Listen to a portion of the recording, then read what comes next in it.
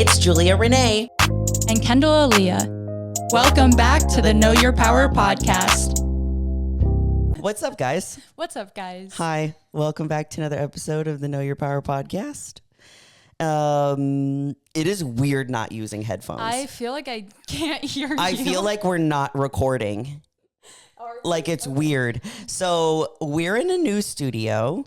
By studio, I mean my office. And by office, I mean my new house. Which is so beautiful, and I'm so excited for you. And I love these chairs. They're really so cute. much. I will say because we ordered these over like a Zoom FaceTime thing. In my head, much bigger chairs. Yes, they are they're tiny. literally like just fit your butt. Yeah. I thought they were bigger. When they came, they also came early. So it was like the weekend. There was like a time frame that they were going to come. And I was like, okay, we're going to have to just wait. And they showed up at my door. And I was like, what did I order? Like, these boxes aren't big enough to carry these things. And then I opened them and I was like, they're so little. They're almost like little kid chairs. But honestly, I really like them. They're really comfy and it's really cute. So for those of you not on our YouTube, which like I feel like you should be, we are completely redoing the set. And if you weren't here before, it was like all black and dark and tables. And now it is the exact opposite. And I feel like my outfit doesn't really match the vibe, but I'll get the hang of things. I matched. Yeah, you matched actually weirdly perfectly. Your shirt did. matches exactly. I did it on purpose. But I like it a lot. And I feel like it'll lead to like more natural conversations because there's something about like sitting at a table with headphones on where you're like, this is a podcast. And now it's like, we're just hanging out. I love the chillness of it. And I'm in my sweats and it feels so good. And I hope the audio is okay for everybody because we're still getting used to all of this. So yeah. Okay, we're good. Hopefully. Hopefully we don't record this entire podcast and like doesn't work. Last week I filmed with my mom, which you guys would be seeing today. Like it just posted and I keep refreshing because I'm like, be nice to my mother, be nice to my mother. And I think she did great. But we just like, my only option for us to film in our house was on my big pink beanbag.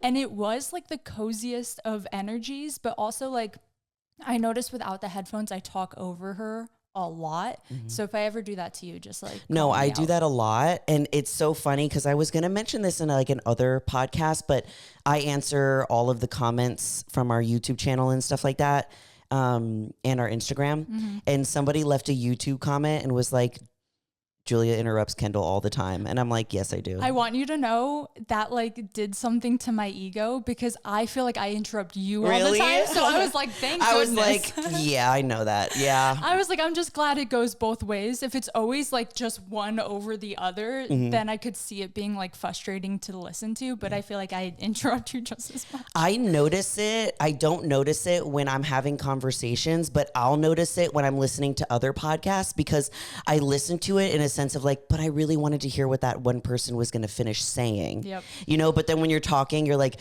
wait, but you just, I commented back and I was like, I know, I get really excited. I think that's what it is I get so excited. And I said that the last time Chloe came on, something about her presence gets me extra excited. And I notice on her episodes, I just don't shut up, which like I know is fine. And that's the point of a podcast, but I get so excited to just ask her stuff. We should rebrand it and call it like the Yappers podcast. Truly.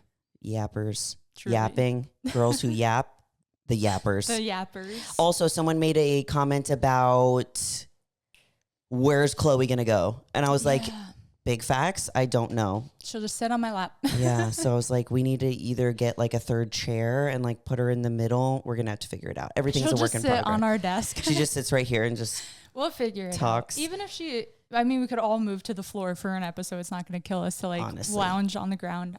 We'll figure it out. That's fine. Yeah, but guys, if you don't follow the YouTube channel, go and look at our new set and comment down below what you think about it. I just think it's more light and airy and less like serious looking. So, and I love it. Which I feel like is how our podcast has changed because I feel like when we started, it was more like instructional and serious. And now it's been more like we're just chatting because that's just gym girl chats all the time. Exactly. Speaking of which, my episode of What the Fuck is Up with the Gym is there's this cute lady. She was so cute. So now since I've moved, I have like a whole new routine. Like I've had to figure out like how to do certain things and like where I'm going. So I have a completely new Gold's Gym that I go for fasted cardio, and I do Gold's Gym for fasted cardio, and then I go lift ATX for my lifting because they have better machines and stuff. And this cute lady came up to me after my cardio session, which seems like I'm there just forever in the morning. Like I get there when they open at 5 a.m. and just don't leave forever. You texted me today at 4 and I woke up to pee and I saw it and I was like, what did she do? I was up at 3:30.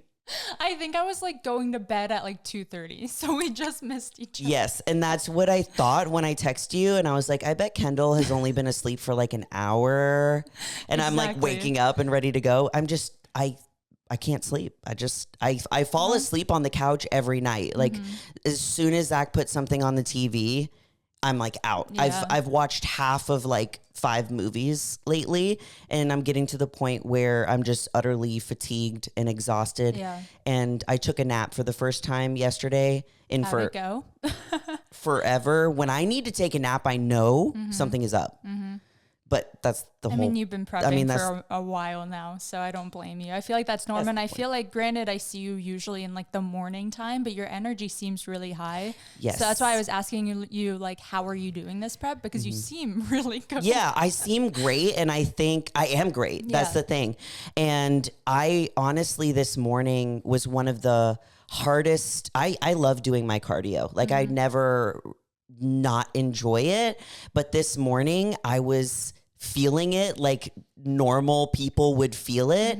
And I was like so mad and upset at myself because I was like, you're supposed to not be. And I'm like, wait, you have gone this long without feeling like complete and utter bookie. This is actually really good. And then I was like, okay, whatever. And then usually what happens during my cardio session is like halfway is when it's usually the first 20 minutes. After that first 20 minutes, then I don't feel anything. You know how it takes you a little... I feel nothing. I go numb. Yeah, I just feel nothing. And I'm like answering comments, editing videos. And I just like, I'm not even there. My feet are moving. For me, the worst part of cardio was always if you ever had to stop, like if you had to stop to run to the restroom or stop because you dropped something, which for me, like I'm so clumsy, at least like one time a week during a cardio session, I would like drop a headphone and have to go get it or something. Restarting is when all the pain sets in. Like that is the worst part of cardio ever. I hate that the cardio machines, a lot of them stop at 20 minutes. So I have to reset it like 5 times. Which makes no sense. Yeah, I don't know. I wonder if they program it that way. You know not a ton of people are always on cardio. There's an option, I'm pretty sure, on every cardio machine to set the timer. To set it. Probably. Wow. Not always, though. I have seen ones that are stuck at 20. Anyway, your woman interaction. The cute lady. She was just so cute. She was so short and so little. And she came up to me after my cardio session. I was like, I was leaving the locker room, and she's like, I just wanted to say, like, every time I see you, you remind me of my daughter. Aww. And I was like, oh, thanks. She was like, she's built like you, like similar, like skin tone and hair and like all of that. And she's like, you remind me of Pooh. And she goes, Pooh is my daughter's nickname. And I was like, aw. And I was like, how old is she? Thinking that like she's around my age. She goes, 51. And I was like, bro, how old are you? She's like 71. Jeez. And at the gym at 5 a.m. like with you? At the gym, 5 a.m. Respect. I was like, there's no way. And she was like, stop. I was like, no, literally, there's no way. I had this conversation recently with our lip injector lady where she has a daughter my age, and I was like, I simply do not believe you. I thought she was my age. She has like 3 kids. I literally do not believe her at all. Yeah, I was so shocked. Like her skin looked amazing and her eyes were just so bright. She's there at 5 a.m. She's like petite and has a cute little workout. So I was like, cute. what? That's so cute. That's going to be us. I know. I mean, I hope so, unless my body just like completely falls apart from all the years of bodybuilding. You know, same. But that's what's up with me. I wanted to, because we have like a lot of questions that have been getting emailed in. We also have some audio messages. We'll do that in another one because we still don't have enough to fill like a full episode. But today we're going to be answering all y'all's questions. We have a lot of good ones today. I want to say it now. I already feel anxious about reading these without headphones on. I know. I double spaced it for you. Thank you. I was like, Thank why? you so much. So I listened to another, you guys know I love my true crime podcasts, of course, but one of my favorite true crime podcasts is like a sister duo and it's called Morbid. And they do these like things called listener tales where listeners will send in their stories that are scary or creepy. And the listeners will send them into them double spaced. Smart. And I was like, why don't we just double space it? So that it's easy to read. It'll help my anxiety today. Do you want me to read the first one? It's pretty long. I'm going to do the first one because I think I need to get over my anxiety. So I'm just going to full send it. So this first one says, "Hey ladies, firstly, thank you so much for this podcast. I look forward to every episode and it feels like you guys are my gym besties. I can't remember what episode I was listening to, but you guys were talking about how confident you feel in gym clothes. But sometimes it doesn't transfer to other outfits outside the gym." Yes, not both of us pointing. "Today I was out on a date with my fiance to a winery for live music and I had a major internal battle.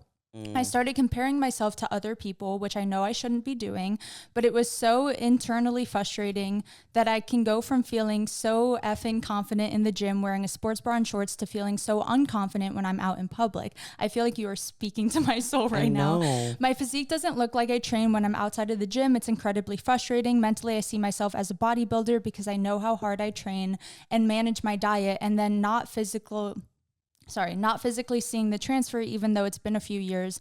Thoughts or guidance? Thanks again for everything, all you do. Julia, Kendall, and Chloe." I feel like this is a problem we both deal with even now, even in our quote unquote best physiques we've ever had. I feel it. I feel it when I'm lean. I feel it when I'm not lean. And I don't even know if I have advice rather than just finding a style that really makes you feel confident, because I still get this way when I try to dress like other people. Yes. Like I have some friends that really rock like the mom jeans with the little baby tee. And I've learned like certain fits like that, not for me. I find what works for my body type that makes me feel like I'm either in gym clothes, like finding certain like athletic fits, or just is so personalized to me that even if my arms feel muscular or don't feel muscular, I'm proud of my outfit. So I don't even think about how my body looks in it, if that makes sense. I think that's a really good tip. And I do feel that same way when I'm out when I have to go anywhere else besides like the gym or hanging around my house. Cause when I'm hanging around my house, especially now, cause I'm getting so cold easily, it's just like sweats and like this little t-shirt. That's basically all I wear, just in different combos. Same.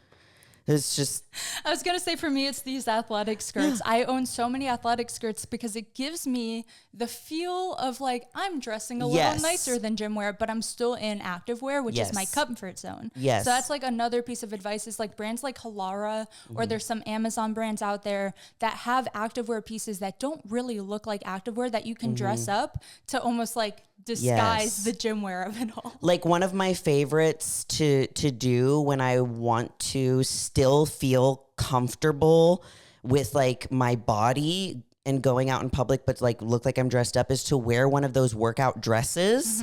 And then you can like literally just changing the shoes and the accessories can make that either I'm going to the gym or like I'm going to brunch. So like literally if you can wear it two different ways. You can wear it like just how it is with sneakers, like put your hair up, put your headphones in, go to the gym. Or you can wear it with like nicer sneakers that aren't like super dirty, maybe ones that you keep that are for outside of the gym. Like I have my dirty gym sneakers and then I have sneakers that I only wear that are like outside. And then you could put some like gold hoops on, like gold necklace or something, whatever like you feel confident in, and then wear your hair down. Or like however you want to wear it that's a little bit more done up, and have like a little purse, and then now it's like an out. Just find like styles and fit that work for you. Another thing, I always idolize how muscular women look in bodycon dresses. And when I wear bodycon dresses, I look like I have never worked out in my life. So I fully get this. And that's because my body type. Yeah. It's just not for me. So it's fully about like finding what works for you. Also like accentuate the things you do love about your physique. I love my legs. Sometimes I don't love my arms. So I like, if I have to go to like a wedding or like a formal event, I like finding dresses that maybe are a little shorter so I get to see my quads, but have sleeves or like cap sleeves so that I don't feel like I'm too focused on like, how do my arms look right now? Am I standing weird? Because you don't want to be taken out of the moment. Like you want to enjoy the date that you're on and not have this internal battle. So if anything that makes you feel comfortable where you're not thinking about it is the goal. Yeah, I'm a big fan of like activewear disguised as regular people clothes. Life hack. Like for real. And I have been recently buying some more stuff like that because every time that I had to go to anything that wasn't the gym or staying at home, I would literally have like a freak out. And Zach would see me, like I'd be rummaging through my clothes because, you know, with the different sizes that I am throughout the year, like I have some things that fit me, some things that don't fit me. Same. And then I will look in the mirror sometimes and I feel like maybe I look too bulky or like I don't, you know, you just do all of these different things when you're trying on clothes.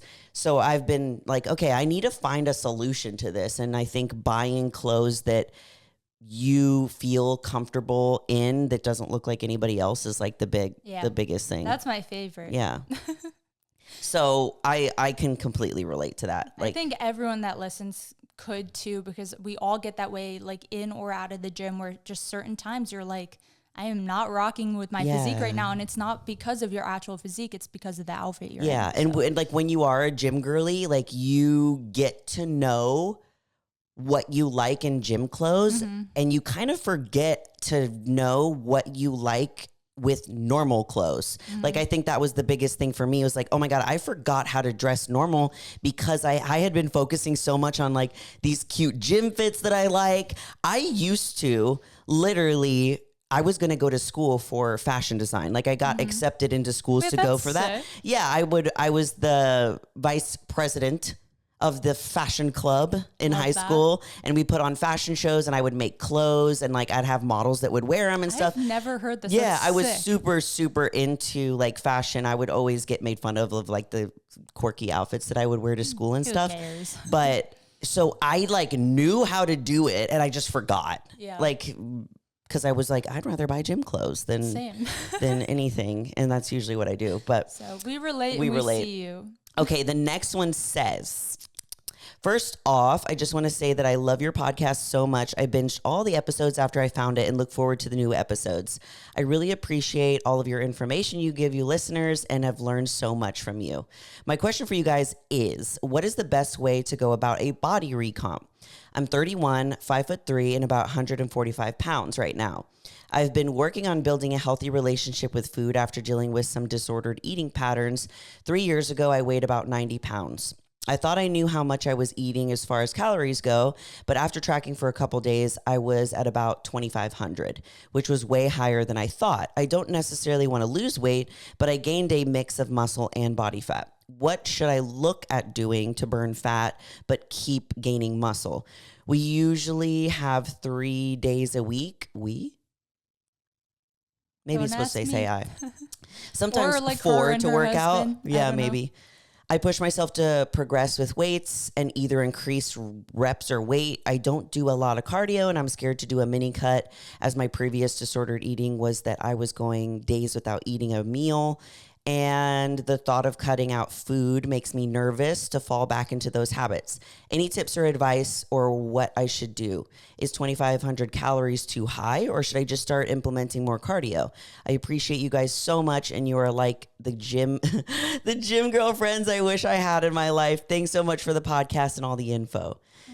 You know, I recently updated our YouTube bio to say like your gym girly destination, like your Love friends. that. And then we're getting a lot of people say that. That's what it's the energy I've always put on like my YouTube channel. And when I get comments like that, I'm like, exactly. That is all I ever want. I want to be your gym girl sister. Yes. I want to feel like either your little sister, your big sister, your neutral age sister. I just want to feel like a comfort place for people. So I'm glad we are that. It's cute. We're getting there. This question's kind of hard because body recomp is so individualized for people.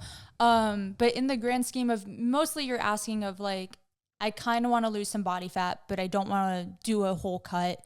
What do I do? I would say the easiest thing, since you're doing no cardio right now, is just implementing a little bit. I would say even if it's just like 3 days a week, hopping on the treadmill for like 15 minutes might even get you results. Since you haven't been doing cardio at all, your body will be really reactive to it.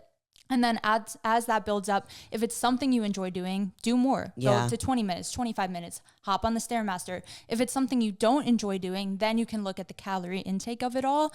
I would say like my fear, especially since like you said you had a pattern of like disordered eating in the past, is just dropping super low and trying to get really lean really fast. I would say if 2,500 feels like a lot of food, I don't know how your metabolism works. You are on like the shorter, seems like more petite side, so it's probably fairly fast. If it doesn't feel like a lot of food, I would leave it as is for right now. If it feels like you're force eating or eating a lot, just drop it down to like 2,300 and see how your body reacts. So just really micro changes is my recommendation. Micro changes is always the best route. Like with building, with cutting, it's always the best route. And eating and being able to eat 2,500 calories is actually amazing. Yeah, I'm like, I wish I was at that level There's right now. There's a lot of women that don't eat enough. I know that I didn't. I remember when I first got into training and I thought that I had to eat so little in order to look the way that I did. And when I first started getting into bodybuilding and Zach was my coach, he increased my calories to more so where my maintenance was.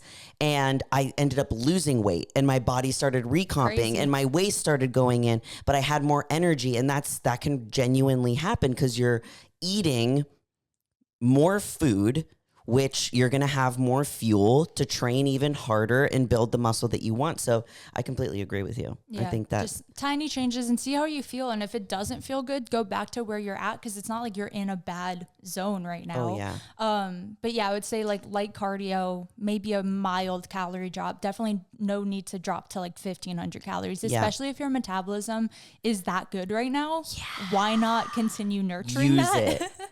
I would love to be eating 2,500 a day right now. So yeah, Julia especially. Bro. So do it for us. Keep eating for us, Eat please. for me. The other day I was at the gym and every sentence I ever say. The other day I was at the gym and I was getting ready to leave and the guy at the they all know like I'm on prep for a show and they, you know, like when your show and stuff like that. And the guy at the front desk was eating something. And I went to the front and I was vlogging and I was like, what are you eating? And he like was hiding it from me because like I'm on prep. And I was like, no, show me. And he's eating like a McDonald's burger and fries. And I was like, I'm so jelly. And I was like, take a bite for me. Do it. Do it. And he's like, I do this to everyone about gluten and dairy items. So like I was just in Dallas with my family and they had gotten these little like Pikachu donuts and obviously I can't have it. It is everything I'm allergic to. But That's like cute. I was forcing my boyfriend to eat it and he did not want to have like it. shoving it in so his I was face. like, at least take a bite so I can smell the inside. I just need to smell it. And I'm such a freak, but my family's so used to it that they offer up for me to smell their food now. Oh, that's so cute. I'm like, they're like, you want to smell it? I'm like, yes, please. Thank Do you want to smell it? It's like the smell of yeast. Yeah, no, honestly, love it. Like I miss literally bread, like the smell of bread. My favorite thing to do, even though I don't ever really need to walk down that aisle, but my favorite thing to do at the grocery store is walk down the bread aisle. Just walk down, do a good sniff, like a, and then leave. You know, HEB, their bakery section smells so good all the time too. Okay, sorry. Too many food combos. It's okay. Next question says, hi ladies, I've been listening since day one. Love you. I'm also so curious take the time if you're on YouTube to comment how long you've been subscribed or listening because we've been growing a lot, like very exponentially in the last few months. So I'm curious if like most of you have been around since like when we were on the bed, if you know, you know. Or if you're new, hi, welcome. Or if you're new. I'm just curious. Anyway, I listen on both Spotify and YouTube, depending on what I'm doing that day. I competed in my first bikini bodybuilding show 2 years ago, fell in love with it. Yes. Went into the building phase after, grew my glutes a ton, and started my next prep June 1st of this year. 4 weeks into prep, I noticed my energy was so low. I felt like I was in peak week already, which is not good 4 weeks in. I was downing energy drinks and coffees, been there, could barely focus at work. I'm in healthcare. And my relationship with my husband was going on the decline. Calories were already extremely low, like sub 1,300 calories. Cardio getting higher and higher. Still with 3 months left in prep, I decided to stop my prep to prioritize my health and relationships, which was an extremely difficult decision to make. How would you guys recommend getting through this mourning period, as I truly feel like I'm in like mourning the loss of a part of myself? I also kind of feel like a failure since I had quote unquote quit. I still track macros, go to the gym, and train like a bodybuilder. And most importantly, I feel better already. I know I made the right decision, but there's still a part of me that feels disappointed. Thanks for reading this and your advice. You girls are so important to our little community. You're more powerful than you think. Bye. Oh. How cute. She quoted it. Bye. Sending you all the love first off, because I've pulled out of shows. Same. You've pulled out of shows. Yep. It is not easy, and I totally get what you mean by like mourning the loss of this thing, because you're like, who am I? Yeah, especially when you're like still kind of newish to bodybuilding and so excited for it, and then you like almost against your will need to pull out for the sake of like other things or health or stress or whatever. I've pulled out of, I think I pulled out of one prep completely and stopped prepping. And then another time I've like switched shows before, and both were for different reasons, and both were like hard to come to terms with. And it's hard to not feel like that failure feeling, because it is something you're setting out to do. It's a huge goal, and having to pull out for whatever reason is a really hard decision. Yeah. So you're not alone in those feelings, and I get where you're coming from, but also don't feel like a failure. I feel like setting out to do a prep, you tried your best, you went into it, and you recognize that, hey, these things aren't worth sacrificing for the sport right now.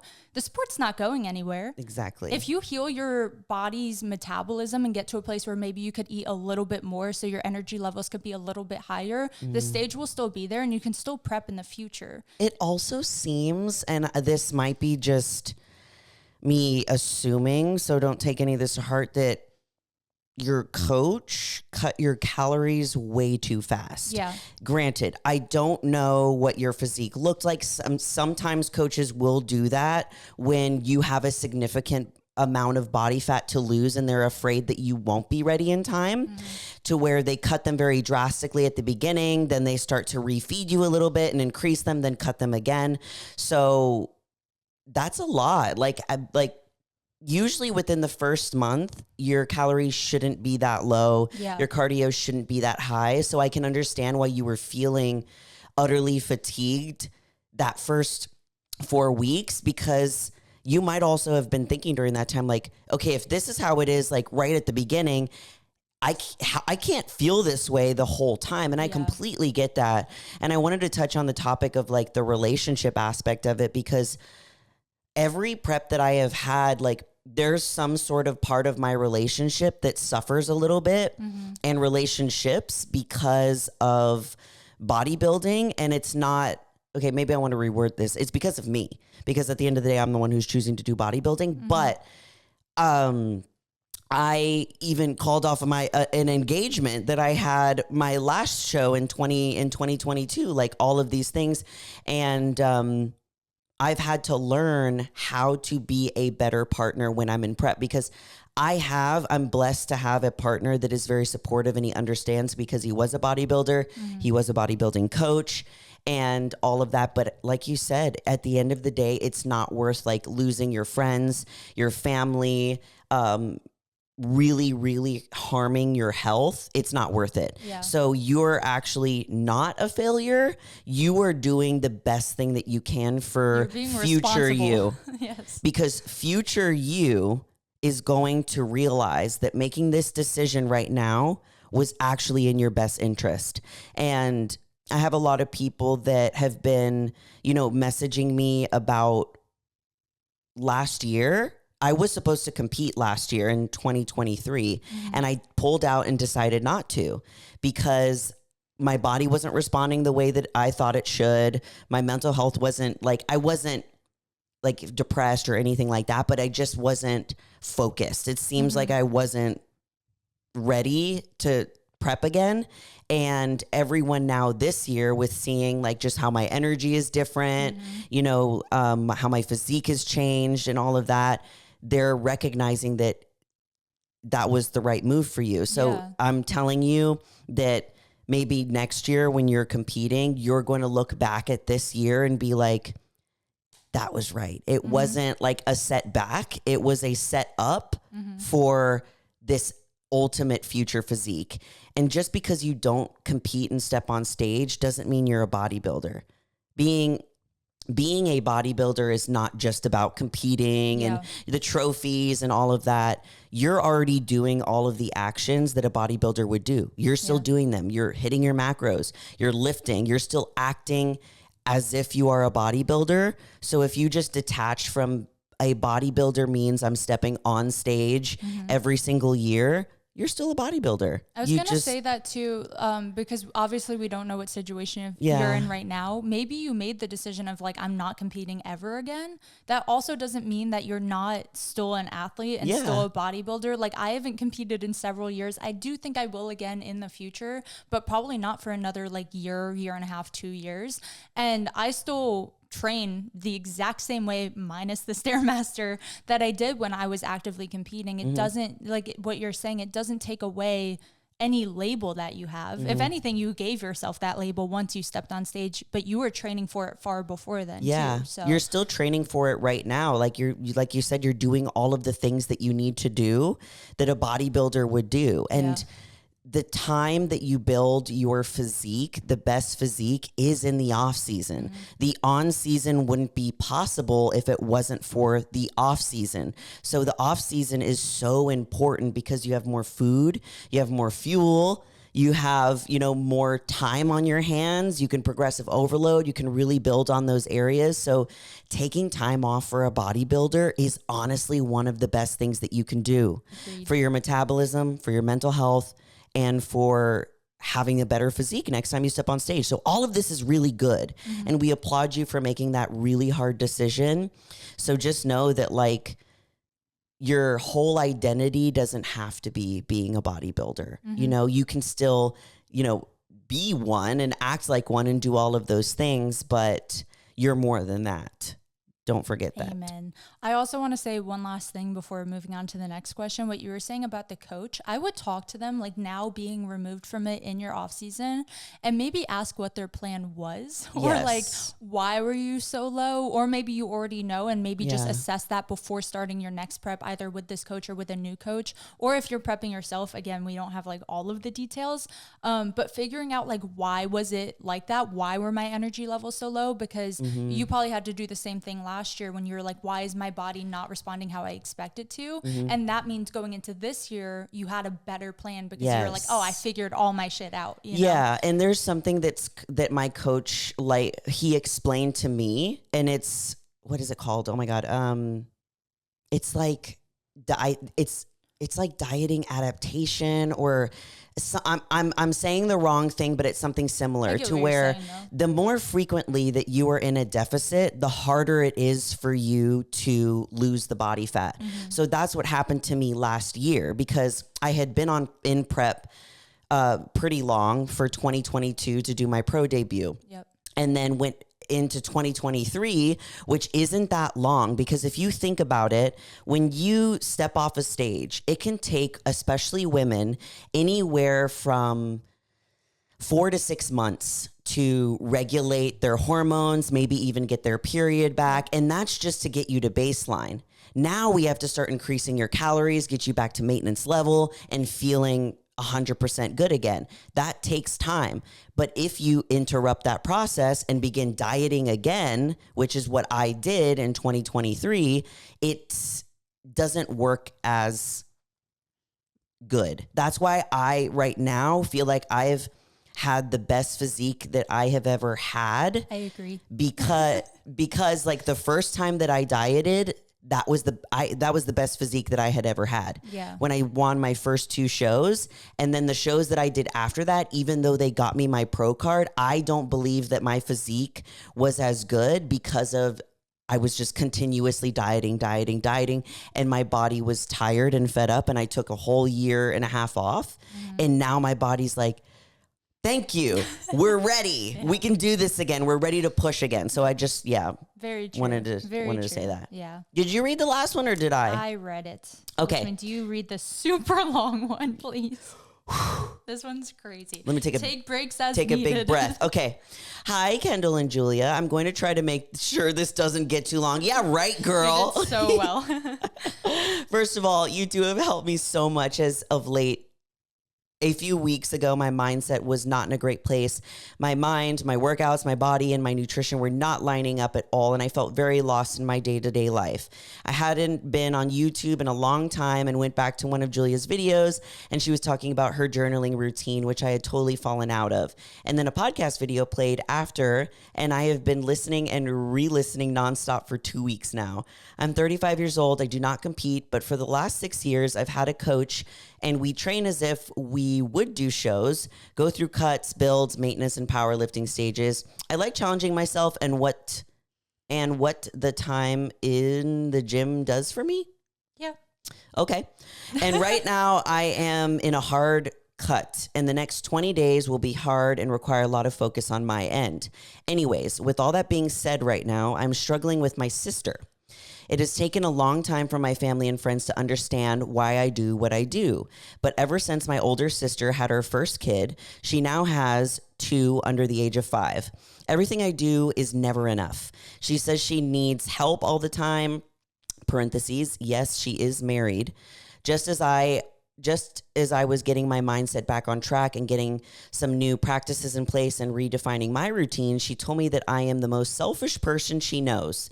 I never do enough for her and that I should drop a lot of my things for her, including I do not ask her if she needs help. I guess that's a thing.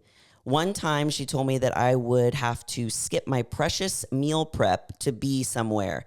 Another time she said that I needed to skip the gym to help her. I have always been a firm believer in boundaries and usually give her a time frame if and when I am free, but she gets mad when that does not fit with her schedule. I do not have kids. My boyfriend and I live together.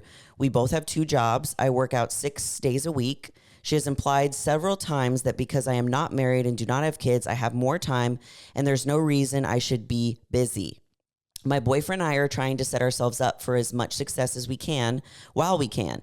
It is hard. We have a hard time even seeing each other. And most of the time it falls on the weekends that we have our time together. I know you have touched on this topic on the pod and it has helped, but I just needed to tell you that you have helped me so much as of late. I watch while I'm on the Stairmaster at 4:30 in the morning, and it truly calms me down and helps me focus. Please do not feel pressured to read this or all of it. We're gonna do it. I was trying to keep it to the point. I wanted to make sure you both knew how much you helped me on the day-to-day basis. Also, Kendall, you're my spirit animal. Thank you so much. You. XOXO, Anna.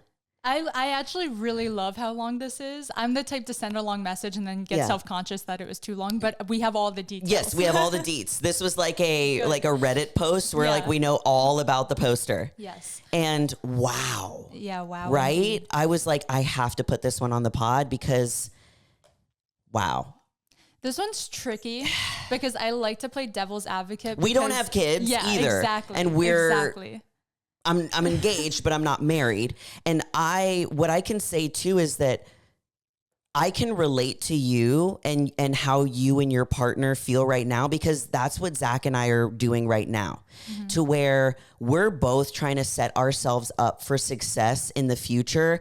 Our business is very, very busy right now. We just moved. I'm also, on prep for a bodybuilding show. So I feel like me and you like are twinsies right now. And I barely have time to hang out. Like his birthday is literally tomorrow. Oh, no. And I'm like, let's go pick him something up. Yeah, I'm like, I do have a plan. Like I already bought him stuff to make him like breakfast, but I understand that it's like you might feel like you barely have time for yourself, let alone other people. Yeah. And I understand that family is supposed to like help family and stuff like that, but the way that she's going about it is just so harsh, and it's almost like none of your feelings matter. Yeah. And because she has the children, that she should be more important than you, that your boundaries shouldn't even be up. It feels like almost like an entitlement to your time and your energy when you clearly have your own goals and own things you guys are working towards. And I have 2 brothers, both with kids currently under 3 years old. And I like being as hands-on as I can, but they know they don't text me Monday to Friday. Like Saturday, they'll tell me what they're doing with like a no pressure, but we'll be here if you want to come, like give us a hand or just see your nephews, you know what I mean? And I think that is the perfect dynamic. And we never even had to set those boundaries. They basically know, like, I'm busy during the week, weekends, I'll see you if I can. I feel guilt sometimes when I do say no, but also like if that's the only time I can get to the gym or the only time I can like work on this one thing I've been waiting to work on until Saturday, I'll be like transparent of like, hey, this is like my plan today. Let me know what you're doing later, you know, like still trying to make it work. And I feel like that's how that sibling, kid, nephew, niece dynamic should be. And the fact that she is being like so harsh and like shaming you, I feel like is a big red flag. And I feel like you already know that and you're already trying to set boundaries. And I think it's maybe having like a vulnerable conversation with her of like, why does she feel this way? Maybe she genuinely wants more time for herself, because I can't even imagine what it's like to have 2 kids under that age. I can imagine that it is very stressful, that maybe she doesn't have very much time for herself either. Maybe she hasn't even had a moment to go to the gym. So it could, you know, we're just assuming, be a potential thing to where she wants to do all of those things. And maybe by her pulling you away from doing that, it'll make her feel a little bit better. But I definitely like empathize with her needing and wanting help, but it doesn't have to come at the cost of like, okay, you have to drop everything for me. They're not your kids. They're her kids. Yeah. That's where I was like, I could play devil's advocate and be like, well, clearly she's going through a lot and needs support. But also the fact that she's coming at you with like this negative, like almost a tacky type of verbiage is, I mean, it's incorrect in my opinion. Like, I'm trying to put myself in her shoes because I don't have sisters, but I have brothers. And I'm like, I can't imagine them like treating me that way, or almost like I have to drop everything I'm working on to come help them. And like, of course I would do everything I can, which it sounds like you're doing. It's not like you're being a bad sister being like, nope, all you, like, this is your life now. It's just about like setting boundaries and setting times, like what you're doing already. So I really don't even know what advice to give. Because I feel like too, it would be different if she wasn't throwing jabs at you, like you have to miss your precious meal timing. That like would it's set me off. Oh man, like making you feel like trying to make you feel bad about like something incredible that you're doing, and you were in such a low spot. And I know that it takes so much sometimes to like claw your way out of that. And I think like what Kendall was saying is right. Like having that sit down conversation with her and saying like, my intention with this conversation is to have a better and deeper connection with you, not to place any blame or anything. And usually when you start a conversation like that, they go very, very well. Instead of just saying, you do this, you do this, you do this, then people's guards are up. Agreed. And just asking her like, what is going on with you? You know, like what is really going on with you? And maybe there's something that she's actually not saying, and then have an opportunity for you to express how these certain things that she says make you feel, because she might not even know that you were in such a low place before, and that like where you're at now, like you're so proud and happy. And when your own sister doesn't celebrate that with you, like it makes you feel really bad. That's what I was going to say is like, I feel like sometimes you have to be vulnerable to be met with vulnerability. So like you could even share your side first and be like, hey, I just want to explain to you why this health and fitness stuff is so important to me. It's like, it's getting me out of this dark place that I don't always love to talk about. And then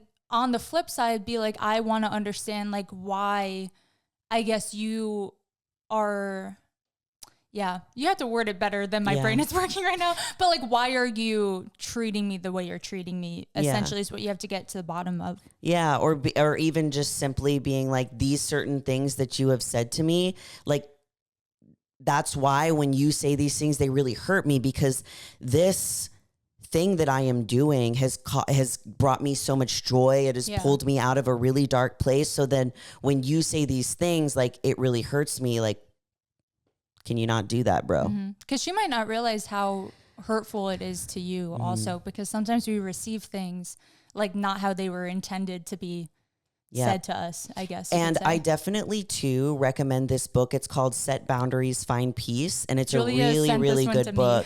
Yeah. It talks about the different types of boundaries. I think that there's healthy boundaries, of course, which is like you have a lot of self-awareness around them and you're very direct with your boundaries. And then there's rigid boundaries where your boundaries are so strict that you don't allow anybody in, you don't let any wiggle room, there's no compromise, and it's used as a defense mechanism to keep people out.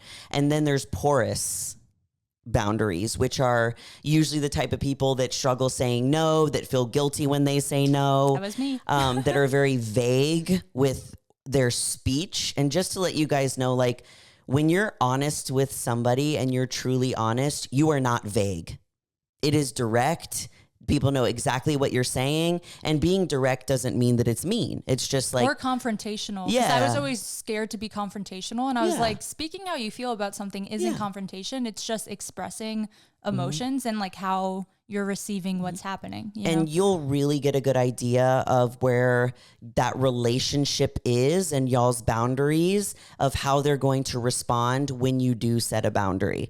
Like, the biggest way that I can give an example of this is I had a friend and we made a commitment to going somewhere on a specific day, a specific time. And I have it on my schedule because I schedule everything out because they're very important to me.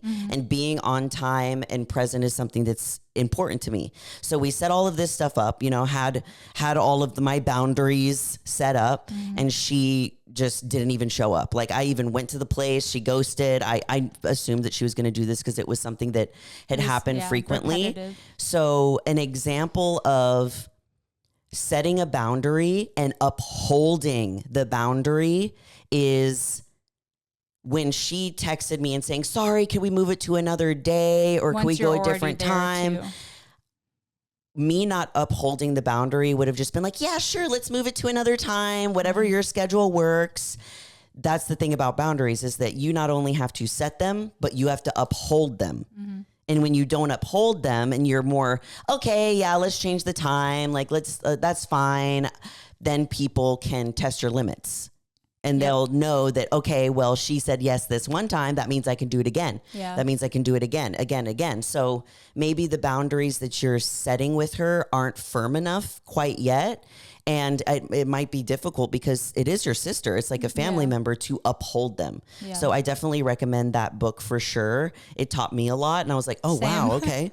I'm a person that had very rigid boundaries where it was like, oh, I was using them to keep people out. I was very porous where I never said no to anyone ever. And you're like, I'll just leave it into the abyss and let it float away. And I've always been that person where I was very, oh yeah, let's reschedule. That's fine. I'm already here, but I'll figure it out. And then I think I became the opposite for a little bit, where I was like, I'll just cut you out of my life. Yes. Entirely. And that's one of the things that for rigid boundaries, it's like, you don't even have conversations with people. You're not willing to work on it. You just cut people out. And I'm like, bro, I've done that. That was also me. Yep. So I think I was both of the extremes. And now I feel like we've both worked on healthy boundaries. Yes. We're more in the middle. So I recommend that one because you want healthy boundaries, especially with family members. And another last piece of advice for you in your current situation is make sure you do have people that do support you. Because if you're not getting it from this one person, or if you're even getting negativity from this one person, if you have a good support crew. It seems like your husband does too, which is great. So if you guys are together, or you have any friends in the industry, or even listening to this podcast, just as like a reminder that like what you're doing is not negatively selfish. You deserve to be doing it. It's not selfish. Yeah. It's definitely not, because what you're doing is providing you so much joy and happiness and has brought you out of a dark place. And that light that you're bringing is going to touch other people, and it might rub other people the wrong way. So let us know how that goes. Yeah, write us back. Give us an update. I would say that for anyone. Like, always update us if like situations do change, or if you have like, okay, I listened to that advice, I have this question. Always follow up. I like follow-ups. Yeah. Well, guys, that's it for our first episode in our new studio. We will see you at the next one. And as always, we love you all so much, and you're more powerful than you think. Bye. Bye.